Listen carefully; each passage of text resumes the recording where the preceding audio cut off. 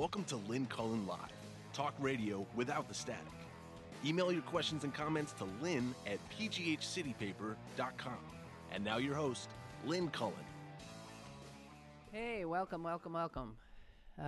It is, just to get us situated in time, it is what? It is August 23rd, 2018. So they say. Oh dear. Sorry, it's a dangerous sign when I start with oh dear and start the sighing routine. Uh-oh. Okay, come on, buck up, Cullen. I don't know whether to, I guess I'm heartened by this. I'm not sure.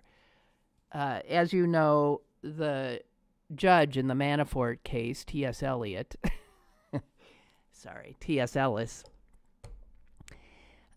told the jurors that, first of all, he would not identify them, allow them to be identified by media.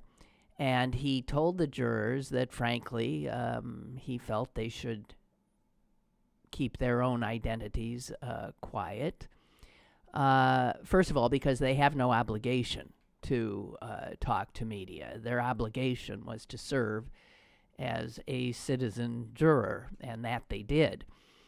But the judge had received death threats, and he was mostly concerned about the potential for harm being done to some of these jurors. But, this is America, and it wasn't 24 hours out of the trial, and a juror has popped up on the news, and popped up on Fox News, as a matter of fact. It was a jury of 6 men and 6 women. This juror identified herself as Paula Duncan. She also identified herself as a supporter of Donald Trump. And she had some stinging words to say about the prosecution. I think she felt in some respect, I think flat out said in some respects, she felt that there was, some political motivation in what they were doing. They were trying to get this guy because he was, related to Trump. And she said that the evidence, this is her quote, the evidence was overwhelming. I did not want Paul Manafort to be guilty, but he was, and no one's above the law. That, I find, is the heartening sentence. So here is somebody who goes on Fox News because she's a Trumpite. She was on that jury. She was not somebody who voted. She voted guilty on every count. As you know, there were 18 counts, and they were able to achieve unanimity on only 8 of those 18 counts.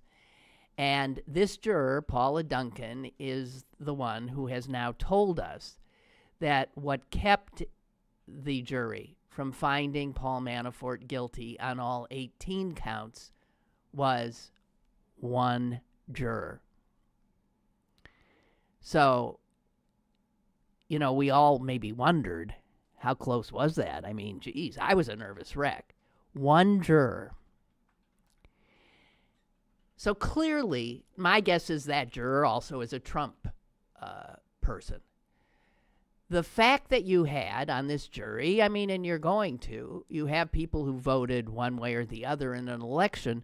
Juries are not supposed to be places where political points are made. You're supposed to deal with the facts. Thank God for this woman, Paula Duncan, who would, as a voter, she voted for Trump. She likes Trump. She supports Trump. But as she said, The evidence was overwhelming. And so she, as did all other 11 jurors, voted guilty, guilty, guilty, guilty, guilty, guilty, guilty 18 times. It was just the one, unnamed. And she said that juror, the reason they were out for 4 days is because of that juror. And whoever that juror is, and it was another woman, by the way. It was another woman. And she stood up. That other clearly Trump supporter, stood up and tried to save Manafort. And almost did. I don't know why. They finally wore her down, so she did. I guess even she could not pretend that he was not guilty in 8 of those 18 counts. The other Trump supporter who's gone public, Paula Duncan, told Fox, "We all tried to convince her to look at the paper trail. We laid it out in front of her again and again. And she still said she had reasonable doubt. We didn't want it to be a hung jury, so we tried for an extended period of time to convince her, but in the end, she held out." She said there were tears in that room. You can imagine the frustration of the majority of those jurors, and that they kept at that woman for days and couldn't break her. Wow.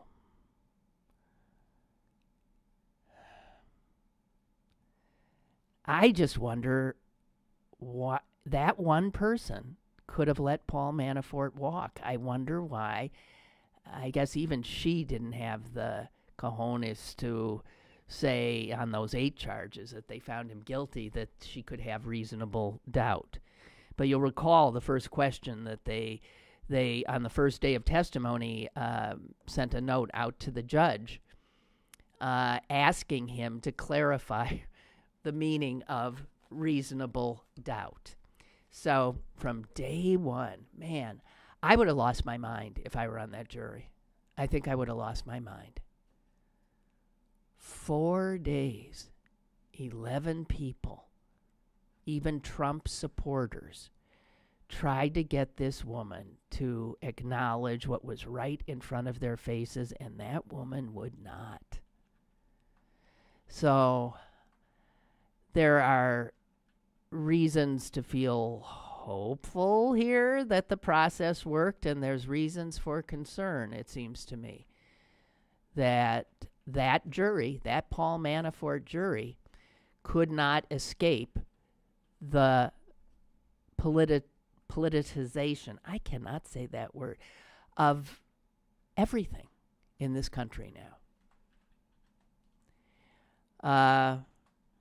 And I think this Paula Duncan, the juror who has spoken out, is going to be helpful to Mueller because of her sense of the way she perceived the prosecution. Now, Mueller did not himself argue this case, but it was people on his team.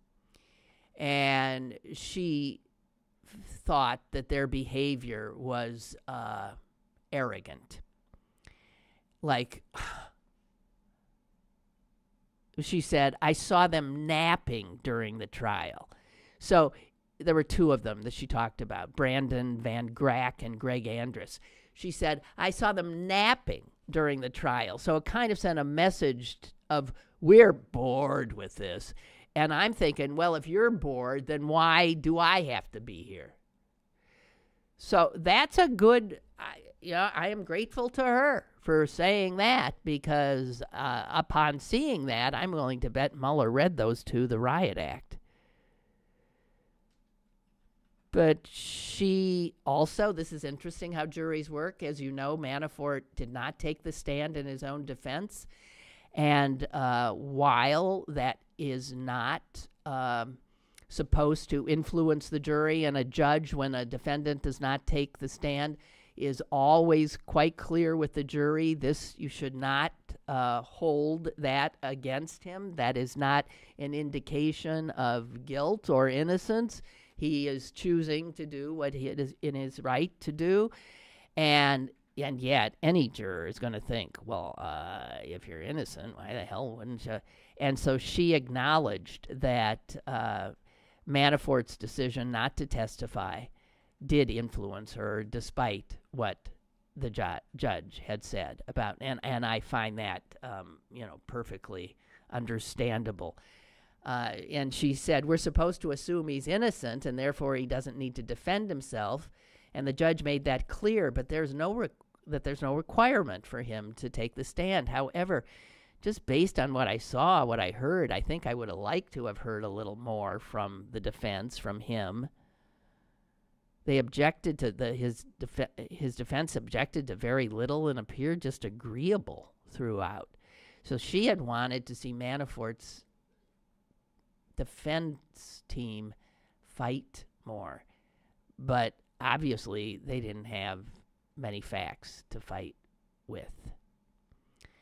They also found, as you know, the witness against him was already the also convicted felon and Manafort business partner, and at one time the deputy director of the Trump campaign, Rick Gates. And she said Gates was somebody who they felt was so clearly tainted himself that they did not even, she said, we, the jury, agreed to throw out his testimony. We didn't even consider it. We just looked at the paper.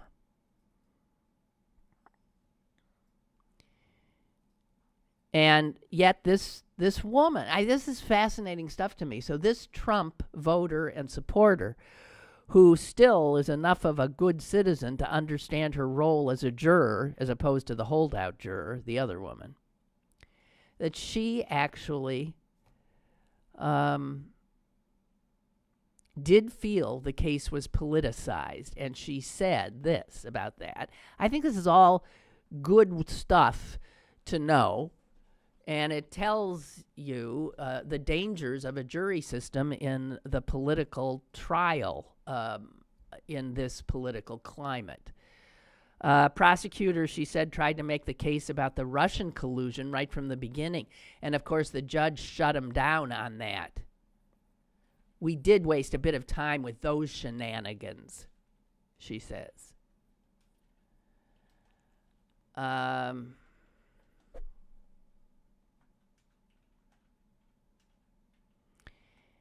And when the Fox interviewer asked her if she agreed with Judge Ellis's assessment before the trial that that Mueller hoped to use Manafort to get information on Trump, this juror said, exactly, spot on.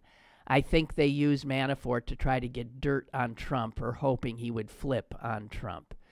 So there you have it, some interesting inside the jury room stuff from a juror who believed quite clearly, as did 11 of the 12 jurors, that Paul Manafort was guilty on all counts.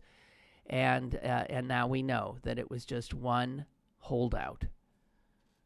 Another woman, another Trump voter. I just find, women supporting him, to me, is just so...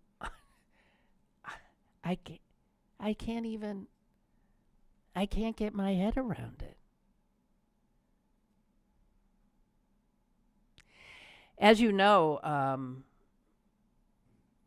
on Tuesday, when all of this stuff broke, Donald Trump and his minions, Fox News and others, got one little piece of what they considered good news, and that was that in their parlance, an illegal alien had been arrested in the murder of the Iowa jogger who had been missing. And their willingness to take this woman, this dead young woman, and insert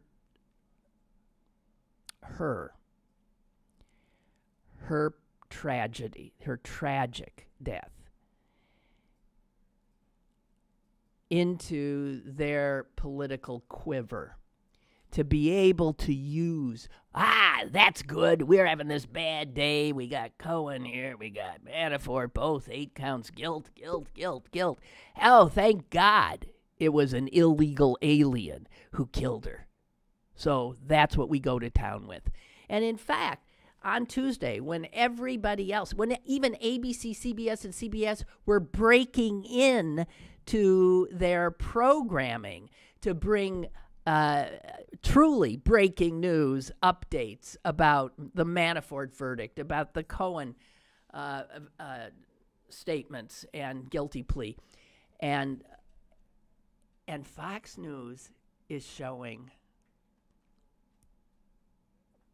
this lovely young woman who was murdered. And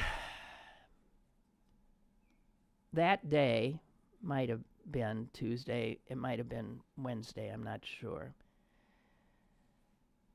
with the Republican sound machine just going full out, trying again to look over here, illegal aliens killing our little beautiful white women, look over here. This was one of the tweets that was out there. Leftists boycotted, screamed, and cried when illegal immigrants were temporarily separated from their parents. Well, what will they do for Molly Tibbetts? Molly Tibbetts being the dead young woman. What did they do for Katie Steinle? I guess another woman who was murdered by an undocumented immigrant. And so that particular tweet got one of Molly Tibbetts' family members, and I'm not clear where in the family this is, if it's a sibling or if it's a cousin or whatever, but just goes on Twitter by the name Sam. And they responded to that tweet thusly: "Hey, I'm a member of Molly's family, and we are not so fucking small-minded that we generalize a whole population based on some bad individuals. Now stop being a fucking snake and using, my cousin's death as political propaganda. Take her name out of your mouth. And for your information, my whole family is hurting now, and you are not helping. You are despicable, and this is so far from the loving and kind soul that Molly was. My prayers go out to you in hopes that maybe you'll become a better person. I'm not hedging my bets, though."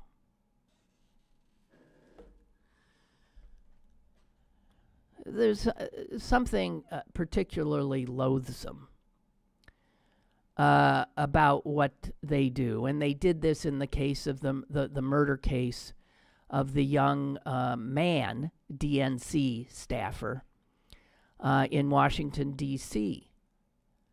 I'm blanking on his name. I think it's Seth Rich.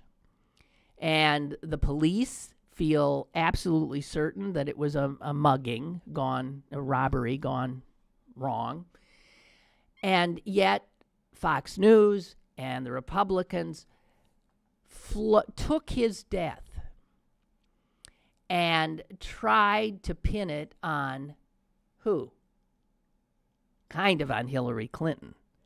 Not that she personally did it, but that he somehow was connected to the emails that were missing, was maybe going to, they just made up a story about this guy that had no basis in fact at all.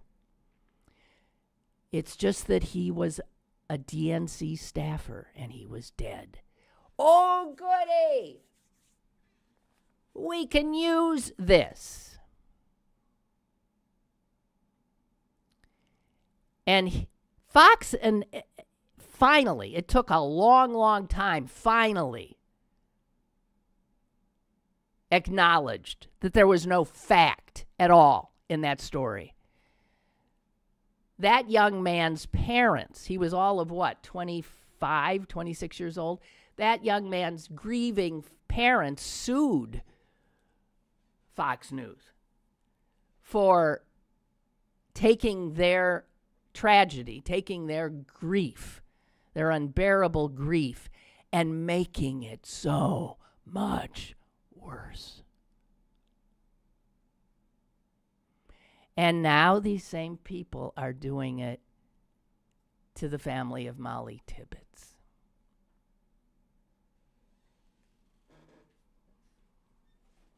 It is, I think I used the word already, it is just loathsome.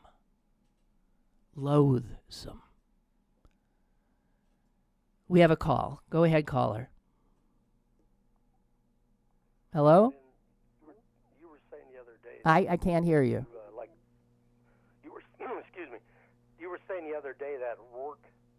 O'Rourke. Like for president. Yeah. O'Rourke. Okay. I have another name. I don't know if you know much about him. I like him. Now I don't know. Maybe not this time. Maybe the next time. But maybe this time. Is that Eric Swalwell?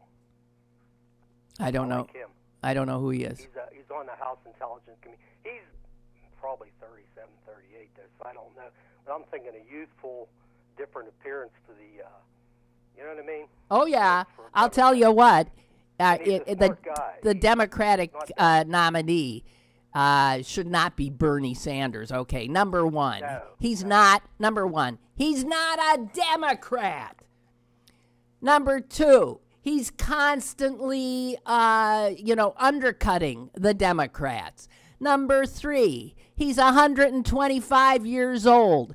Number four, he's a cantankerous old commie. I mean, that is the stupidest idea in the universe. If the Democratic Party wants to win and they want to go farther left, you don't do it with Bernie Sanders. You go with a real Democrat. And there's plenty of young Democrats who are capable as hell, who aren't in the upper tiers, not the Pelosi's, not the usual suspects. We need to go down into and elevate. I mean, it worked with who knew who Barack Obama was, for God's sake.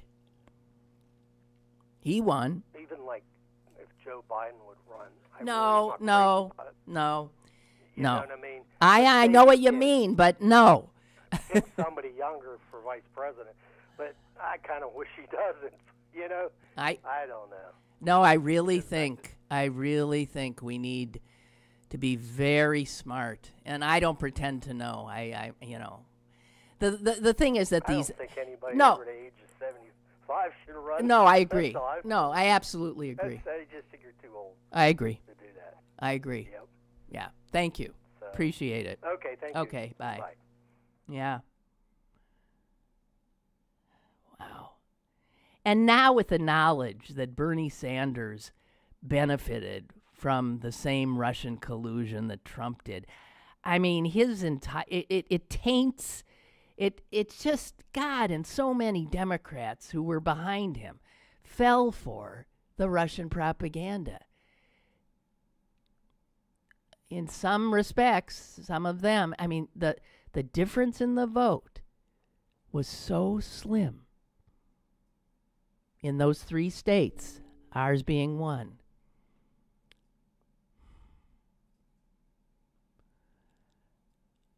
I don't know.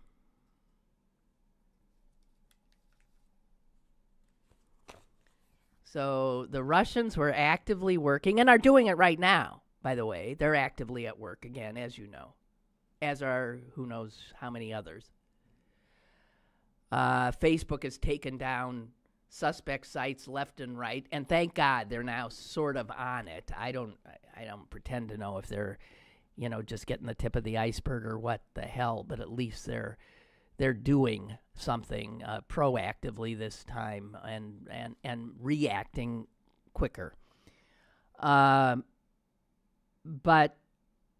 the campaigns that the Russians tried to help were campaigns that would cost Hillary Clinton, could cost Hillary Clinton and did. And they were Donald Trump, help him. Bernie Sanders, help him. And what's her name, idiot? Stein. Help. Is that her name? Yeah. Help her. And let us recall that Stein was at that table with the already Michael Flynn and Putin in Moscow. So all you folks who went and voted for her, and all you folks who wrote her in later, and all the folks who, I'm not saying I understood and understand the allure of Bernie Sanders' message, obviously. But he's the wrong messenger for the Democratic Party, mostly because he's not a Democrat.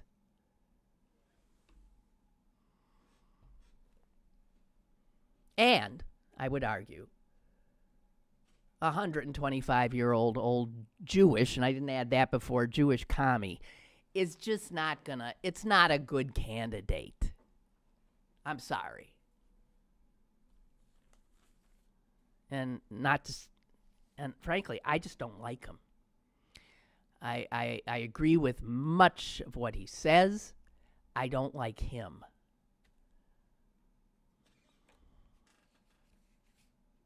We all have our, I'm not gonna. Oh, God. Okay.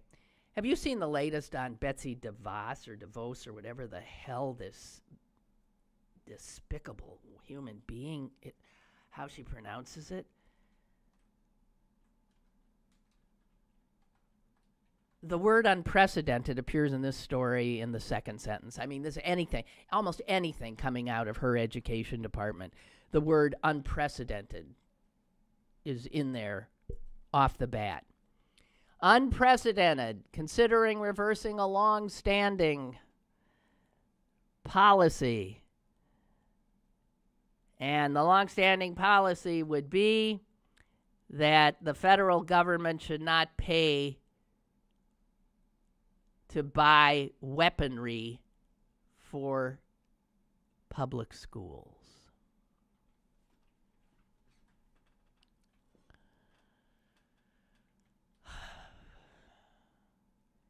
So, Betsy DeVos's education department is looking at allocating money to schools so they can buy guns.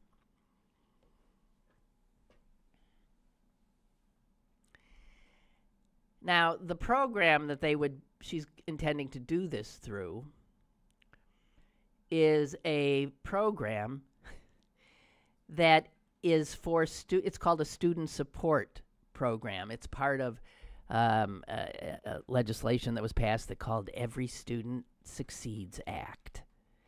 It's intended for academic enrichment programs. And it's specifically geared to the poorest schools. And they are grants. They're given out in by way of grants.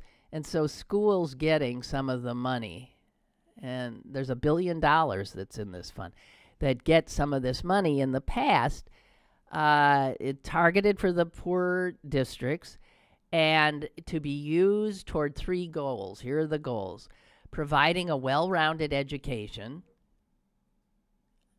You can tell me how guns figure into that. 2, improving school conditions for learning. Now, that is where she's saying, well, if there's people shooting at the kids, that's not a good condition for learning. And also the other thing the money's supposed to be used for is improving the use of technology and digital literacy. So it's intended to help poor schools get their students the kinds of resources that the richer schools, of course, have up the wazoo. And Betsy DeVos sees this program and says, let's buy guns. This would, if it were to happen, would be, again, this is one of the unprecedented parts of this, would be the first time that a federal agency, in this case the Education Department, would authorize the purchase of weapons without a congressional mandate. And it also undermines part of the program is violence prevention, which also defines a safe school as a school that is free of weapons. So Betsy DeVos says, well, let's throw some weapons in there. When in the grant program's definitions, the school... Oh...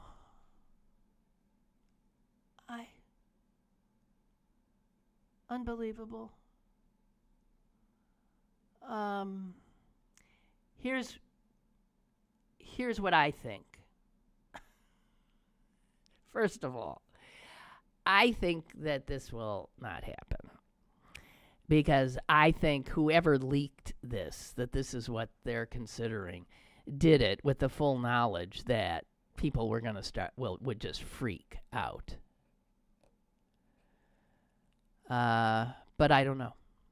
I just don't know. So there you have it. Every time you look at any story that's got that woman's name in it, there is something so mind-boggling that you're about to read that you can't believe it. By the way, let us remember, too, that her brother, Eric Prince, I think before the dust settles, will end up also indicted. Because he was clearly working to facilitate some of the money laundering shenanigans that were going on. Hard to...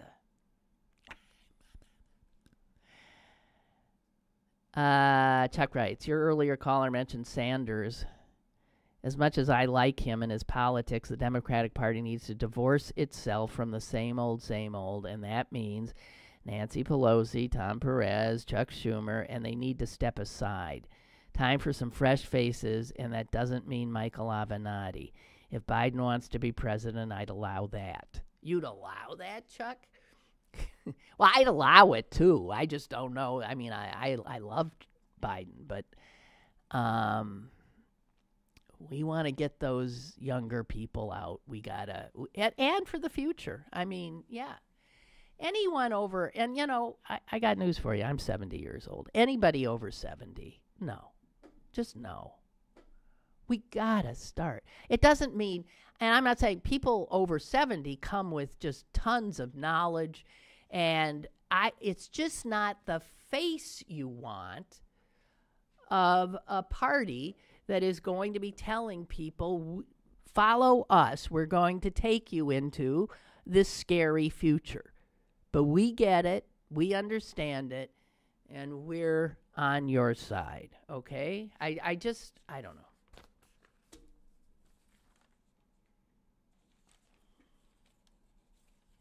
Oh, what else did I see here that I wanted to...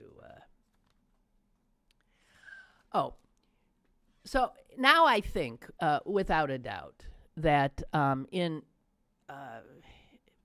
terms of the Kavanaugh nomination for Supreme Court and confirmation hearings. As you know, the Republicans have the seats. I mean, they have the votes in the Senate to do this. All you need to do is get one Republican. It's like that juror. Get one Republican to put country over party, and we can deny this seat until after the midterms. And as I've said, after the midterms, it could be the Senate is every bit as much as of a Republican dominated body as it is now. Could even be worse. But a president who is under the cloud that this president is, I mean, accused in court of a criminal offenses, with so many of his very close people in his inner circle under indictment or pleading guilty, found guilty, a lot of people already going to jail. How should that president be allowed to now have a speedy confirmation process for his nominee, when, as you know, the Republican Party refused Barack Obama for, what was it, 9-10 months? Because they called him lame duck. Well, Donald Trump is worse than a lame duck. He's a potential convict, okay? We have a caller. Caller, hello. Hey, good morning of a sort, Lynn. Hi. Before I get to what I initially wanted to discuss, I just have to ask, do you think it's possible that Betsy DeVos is just plain dumb? I mean, I've accused many political figures of being willfully ignorant, mentally lazy, blinded by, ideology. DeVos just seems dumb. I mean, I understand. I'm not saying, actually cognitively impaired, but she's just a person. I think I would just think of as stupid if I had to interact with her on a regular basis at all. Yeah. Well, could well be. But she's, she could well be stupid. But the fact is she's in power and she's using it. She's something. Yeah, but haven't we all, well, maybe you haven't had the experience, haven't we all sometimes had to deal with people in our lives who were in a superior position in like a company hierarchy, and they seem to have no clue as to what they were doing, what the organization how it actually operated. Yeah. What they were. Yes. What yes, their of job course. actually was. Unfortunately, yes. We've probably all been there. Yeah. But to get to what I wanted to call about, the other day in a Barnes & Noble, closest one to my current residence, so I was just sort of hanging out a bit with my usual, like half dozen magazines. I got to have a bit of a twofer because at one table, there was probably, like a good half dozen white people, all in their like, mid-60s to maybe, early to mid-70s, talking about how, the, liberal mainstream media and, this covert, network of Democratic criminals, Hillary Clinton and Barack Obama and George Soros were all working to take down Donald Trump because he was, there to rid Washington of corruption.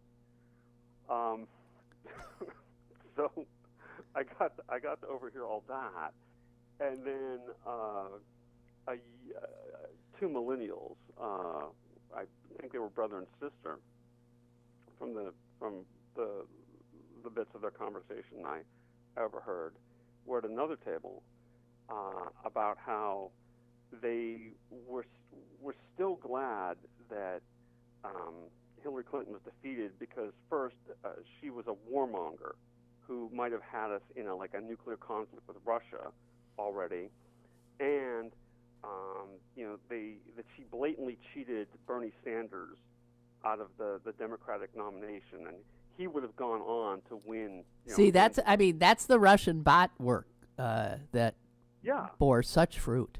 Yeah, unbelievable. I mean, well, I'm just hearing two slices of unreality on either side of me, and what concerned me more were the younger people who, just fell for since Joe Biden's been brought up, to use for what he would call, malarkey. Look, I think that Hillary Clinton, certainly she held more sway and more influence with the DNC.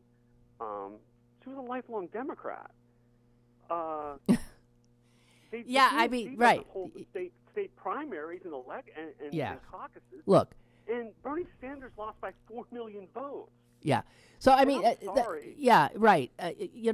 But what the Democrats obviously underestimated was how many Americans, including Democrats, found Hillary Clinton loathsome. And that's my word today. I don't know why. But they really, just viscerally could not stomach her. And that's where the Russians are so smart about. They pick up on this visceral stuff. And that's where they go to work. I also really think that misogyny and chauvinism did come into play. Oh, yeah. Because of course. There were remarks that pundits and Trump himself made, like when you referred to as a nasty woman. Can you imagine, if he was debating, if Mitt Romney had referred to, or, he never would. He's not that. I don't think. No, he's a no. Are decent human beings. But if you would have had a Trump, referring, on stage to Barack Obama as an uppity black, I think that would have been the end of it. I mean, I don't know. They got away with it wouldn't have dissuaded. But I have to tell you though, I don't want to think about the Clintons at all anymore. I can't even bear thinking about them. I'm done with them. I'm so done with them. I'm not suggesting they should be No, but I don't even. Yeah, just ugh. Let them go. The only people that are keeping them alive politically are the Republicans. Oh, Republicans. That's right. Yeah. So I don't even. Democrats have had it, I think, even because we want to win. We got to get our act back together. And I heard yesterday something that just chilled my blood, and that is that Chelsea Clinton is thinking of running for some kind of office.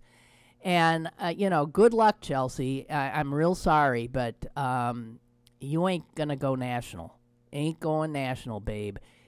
The country's had enough. Do you know what I mean? It's unfair to her, but I'm sick of it. I'm sick of them. Well, they just want the. I think it's just time. It's the family business. It's the family business. It's all Chelsea knows. I understand that. There's not. But she could. We had to leave the Kennedys go about 20 years back. No, it can't be an institution. And the Republicans did the same with the Bushes. That's right. You gotta have. It can't be the family business. They can't own a party. The party owes them nothing anymore. And enough.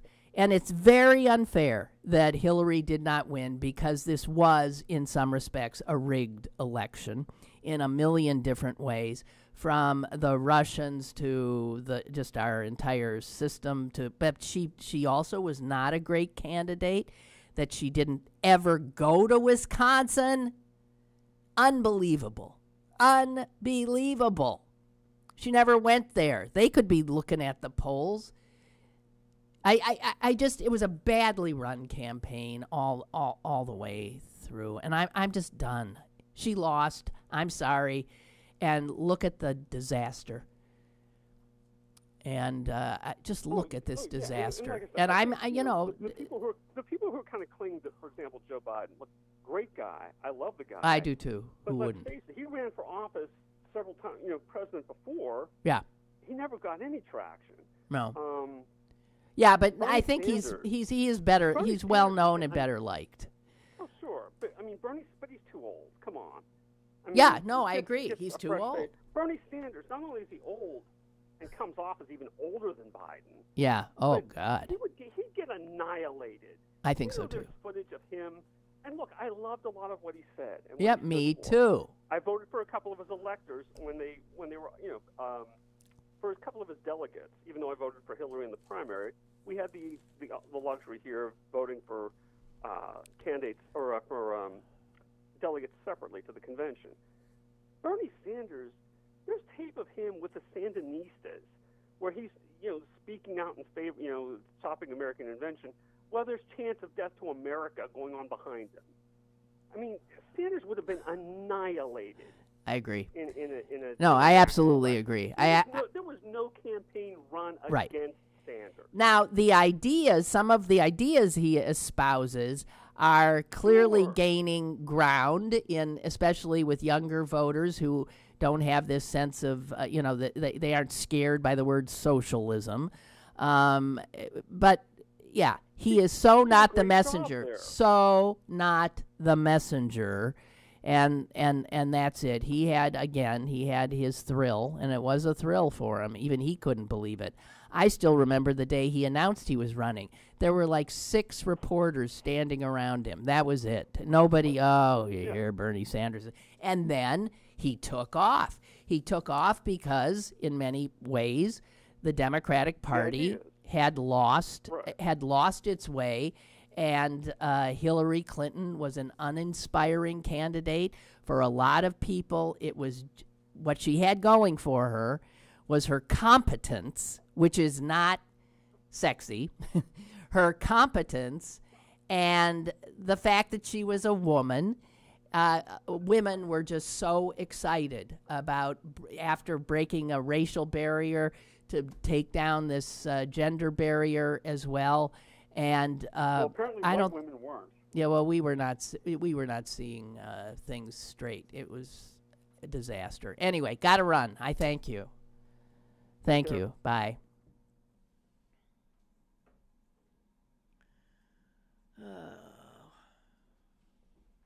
Henry writes, on the heels of this business about Betsy DeVos and money for guns, coincidentally, last night the Upper St. Clair School District decided to have 1 armed security guard per school, which means 6 armed security guards total. The debate at the school board meeting was passionate on both sides. I guess the armed side won. Armed security guards in schools, like it or not, Henry says, it's going to be the new norm. I don't know.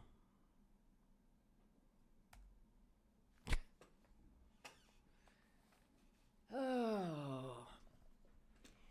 So you're going to be hearing a lot about tariffs in the next few days because there are hearings, congressional hearings about tariffs, and the administration is now weighing an additional 25% tariff on Chinese goods, including. Well, let me just give you some inclusions. I mean, there's already a 10% tariff on a lot of this stuff. They're talking about even more, and on more consumer goods. There, as you know, it's hard not to. Chances are something I'm wearing. Chances are China, yeah. China, part of this. China, this is China, part of this. Made in China. I am just saying, China might be. Oh, Italy. I don't know. But you get my drift. You start putting tariffs on specific parts of, because we live in a global economy, a lot of stuff gets made from parts that are coming from different countries. if you start targeting Chinese components in any way, here's the kind of stuff you're going to see. For anyone who wants to buy a bicycle, buy it right now, fast. Because more than 90% of all bicycles that are sold in this country are sourced from China. And at least 40% of imported bike components come also from China. When it comes to bikes, it's pretty hard not to have China in your bike. So bike prices going to go up with Trump's tariffs. Anybody into wearing your little Fitbits? Get one right now if you want one, because Fitbits are going up. There's testimony by the Fitbit CEO, and says that this is going to just kill them.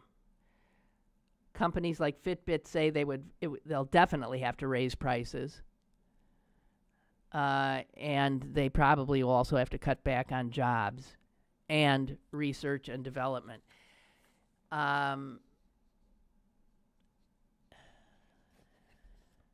Childcare products, almost everything. Childcare products going to be going way up. This will really help a lot of American families. Car seats, strollers, playpens, cribs, changing tables, breast pumps, all of this stuff either rely on materials from China or are in fact produced wholly in China. A lot of companies associated with, in fact, the Juvenile Products Manufacturers Association has said that this is going to just kill us. It's going to drive up prices for sure. That's the first thing, obviously, that happens. You're going to pay. And their real concern is saying, if you're driving up the price of safety devices like car seats, then you're going to see lower income families doing without. They simply won't be able to afford them, or they'll be using old and maybe not very good hand-me-down ones. If you like your down vests or down winter jackets, those babies are going way up, because it turns out the feathers, those be Chinese bird feathers and almost all of that stuff. American companies imported just last year over 16 million kilos of feathers and down from China. That's where it all comes from. And this is nothing. Just some others. All furniture. Forget about it. Furniture manufacturers, leather, wood, metal, all of it. They say it's just going to go way up. Also, vacuums, blenders, refrigerators, all kinds of appliances. A 25% tariff on the components of many of those kinds of appliances. All of that will be passed on to you. You think the people who are selling this stuff, they don't like it because they know they're going to sell less of it if the price goes up. And you're going to have less money if the price goes up too, because ultimately we will pay.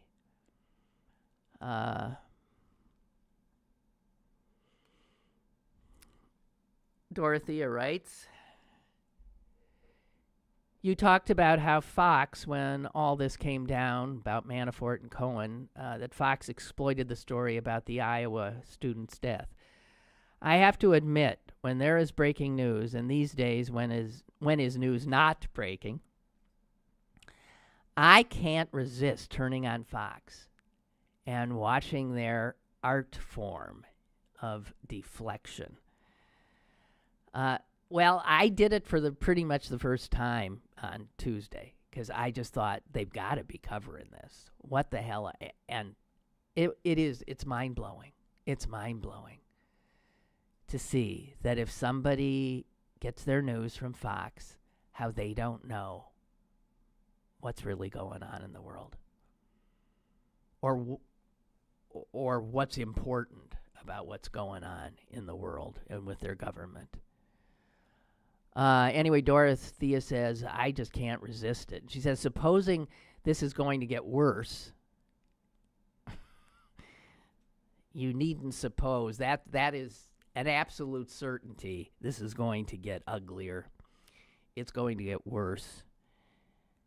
It's going to get more and more unprecedented. Dorothea says, assuming that, do you think Fox will have to make a decision at some point whether or not they will continue to enable this president or abandon him? Wow. Well, they'll have a focus group and figure out, listen, anything Fox does will be looking for, their money. They will probably at some point try to ascertain whether or not they the kind of hit they would take, because that's their audience. They've brainwashed these people, and then to all of a sudden try to unbrainwash them, how do they do it? How do they do it? Maybe just incrementally, little by little. But while their news might do it, and that's talking about before Sean Hannity and Tucker Carlson and those vile, despicable human beings come out, I can't see them turning. But maybe their news will start to skew a little. I don't know. You start to see how many people there are in this world who absolutely must have no moral core at all. I mean, Donald Trump does not. Absolutely does not. That's quite clear. And I don't think somebody like Sean Hannity could. Or, people who knowingly spread falsehoods. Knowingly. For their own gain. It's so disheartening to see how many there are. The Murdochs. Well, the Trumps.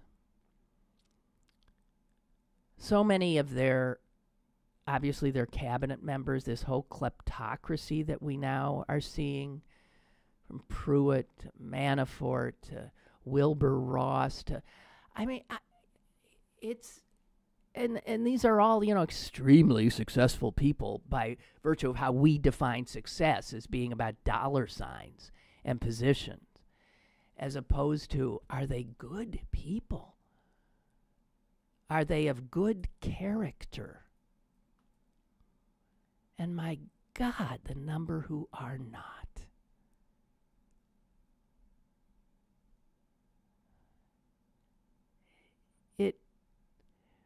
Again, I don't know how many times I can lose my innocence, my belief in my fellow human beings, and I think I have lost it. I need to keep in my head that there are so many good people, and there are, and we all know them, good people. But a lot of good people are being led astray by these bad people. Bad people with a real skill of working on people's primitive brains, on their fears.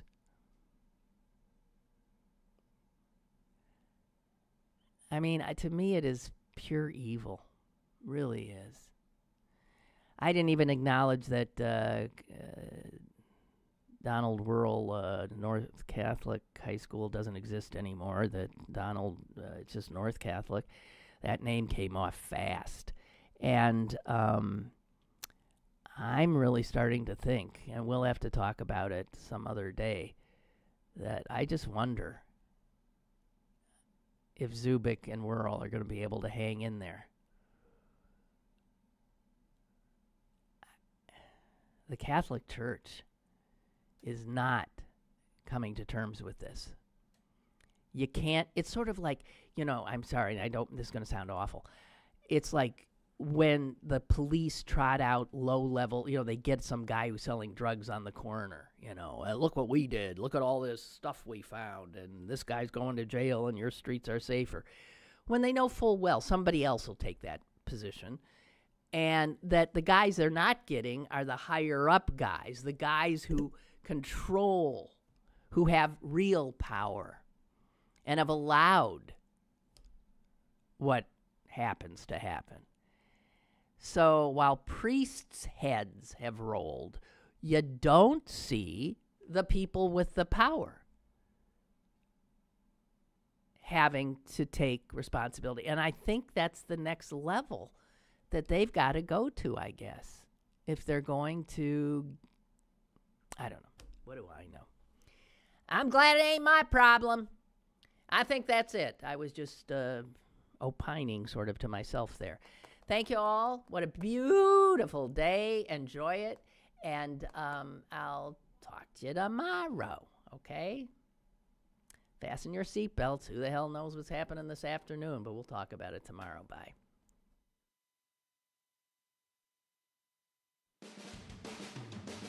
Lynn Cullen Live, Monday through Friday from 10 a.m. to 11 a.m. and archived at pghcitypaper.com.